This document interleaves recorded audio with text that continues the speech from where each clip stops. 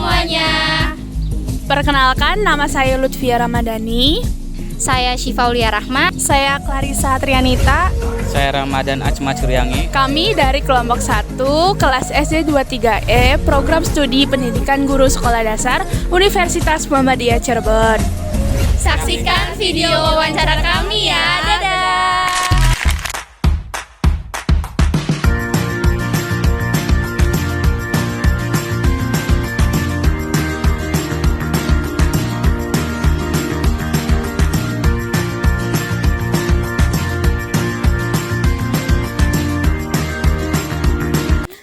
Assalamualaikum warahmatullahi wabarakatuh. Waalaikumsalam warahmatullahi wabarakatuh.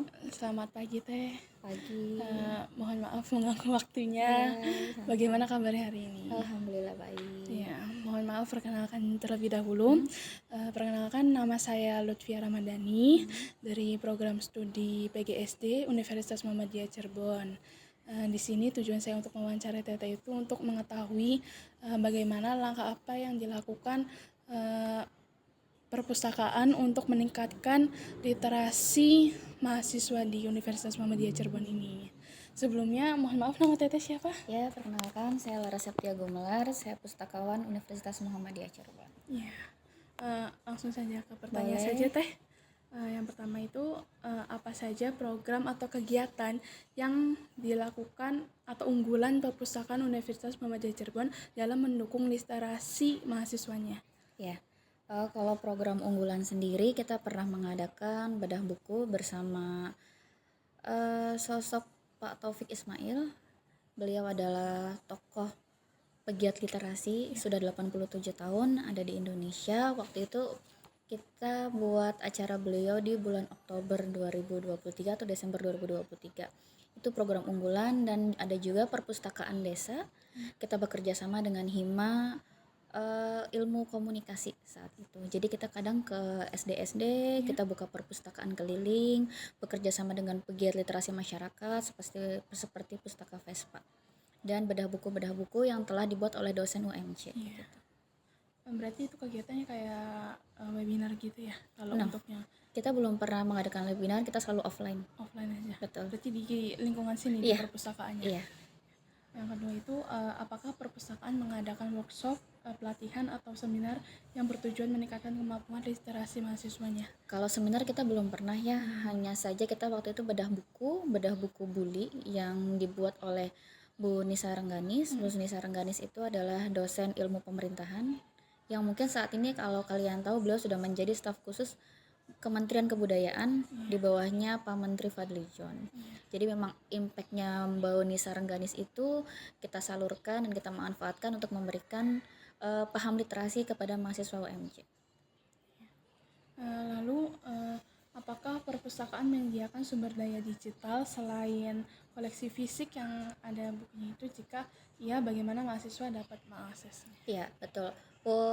Sumber daya digitalnya itu ada dua. Yang pertama berupa aplikasi yang bisa di-download lewat App Store dan Play Store, namanya UMC Digital Library. Lalu yang kedua berbasis website di perpus.umc.ac.id di situ.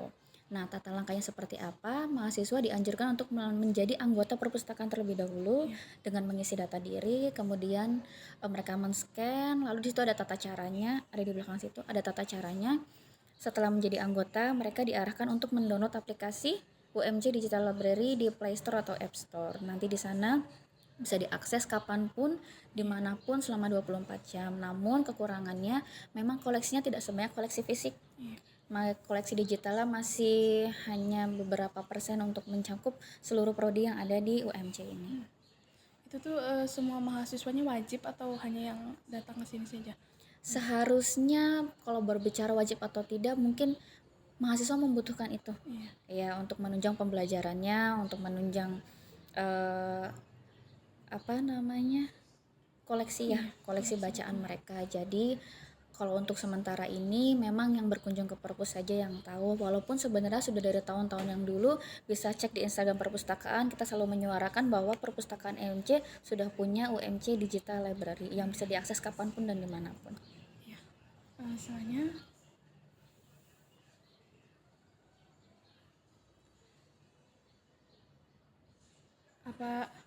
apakah strategi perpustakaan dalam mempromosikan penggunaan layanan digital kepada mahasiswanya? Ya, strategi yang pertama tuh tentunya lewat media sosial ya. Baik lagi setiap mahasiswa yang kesini, baik itu mahasiswa baru ataupun mahasiswa yang baru pertama kali kesini, kadang mahasiswa kesini itu banyaknya pas mau skripsi aja. Jadi nyari referensi, nyari apa, kita selalu anjurkan untuk mengisi yang namanya angket ya, angket kuesioner gitu, mengisi kuesioner di sana, dan selalu kita wajibkan untuk follow Instagram Perpus. Tujuannya apa? Karena memang informasi-informasi kita itu melalui Instagram, seperti itu. Jadi mahasiswa bisa melihat nih ketika sudah follow, oh iya ternyata Perpus UMC punya UMC Digital Library loh, atau bahkan bagaimana sih cara menjadi anggota perpustakaan, bagaimana sih cara mengakses perpustakaan digital, bagaimana cara dan lain-lain, itu semuanya ada di Instagram. Jadi fokus kita ya lewat sosial media strateginya. Berarti Instagramnya selalu aktif gitu untuk Insya Allah mahasiswa, aktif. untuk mahasiswa lewat situ sumbernya untuk Iya. mengetahui keadaan perpustakaan. Iya.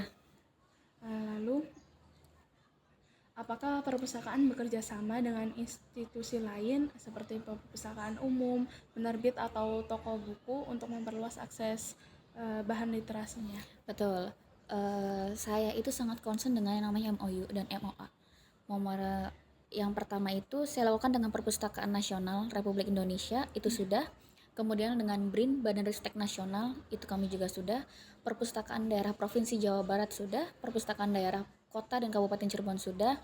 Dan perguruan tinggi seperti UNISA, UAD, Muhammadiyah Yogyakarta, Muhammadiyah Magelang, dan beberapa perguruan tinggi yang lain kami sudah MOA.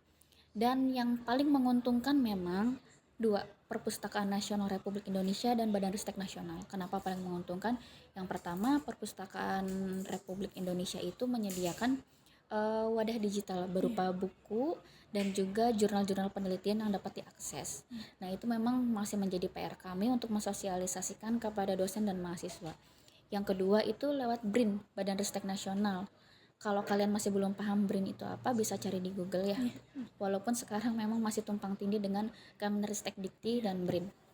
Jadi di BRIN itu ada program yang namanya ketika mahasiswa ataupun dosen yang punya riset, yang punya penelitian, itu dipublishkan melalui BRIN, itu akan mendapat penghargaan, mendapat reward berupa uang tunai. Nominalnya itu mulai dari 5-20 juta. Tergantung dari seberapa besar manfaat riset yang teman-teman lakukan, seperti itu. Nah, itu juga masih menjadi PR kami untuk melakukan sosialisasi, karena memang baru goal itu di bulan November. Nah, mungkin sekarang Januari ini masuk tahun angkatan, nanti ini baru awal tahun. Mudah-mudahan dalam waktu dekat dengan LPPM, perpustakaan akan mengadakan sosialisasi kepada dosen dan mahasiswa untuk ayo kita melakukan riset, seperti itu. Tapi sebelumnya yang tadi yang BRIN itu, apakah ada dosen atau mahasiswa yang pernah ngikutin gitu atau belum ada? Nah, belum ada karena kita itu baru goal penandatanganan MOA, perjanjiannya itu di bulan November. Nah, pada saat itu bulan November baru penutupan tahun anggaran 2024.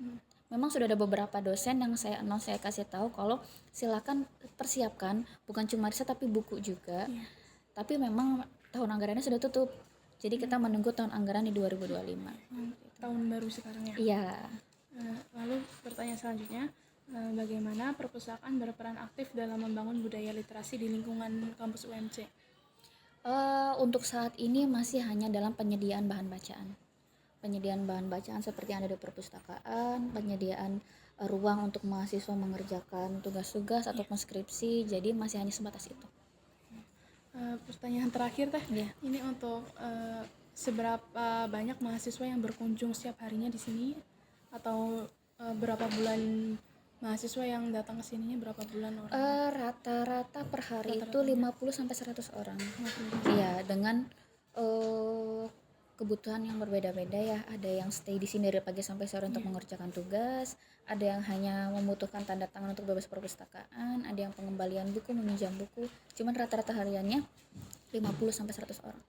Apakah ada tahu jurusannya gitu? Ada, kita ada sistemnya di situ. Jadi ketika datang itu kan kita ada tata tertib perpustakaan. Ketika datang masuk isi daftar kunjung, mereka nulis nama dan prodi. Di situ sudah tercatat. Terbanyak untuk tahun 2024 itu dari prodi mana? FKIP sendiri. FKIP karena mungkin memang letaknya di gedung FKIP ya. Jadi paling banyak FKIP. Terima kasih Teh. Sama-sama. Sudah selesai wawancaranya. Iya. Terima kasih Teteh. Mohon maaf apabila Iya. ada salah katanya. Iya. Terima kasih. Iya, sama-sama.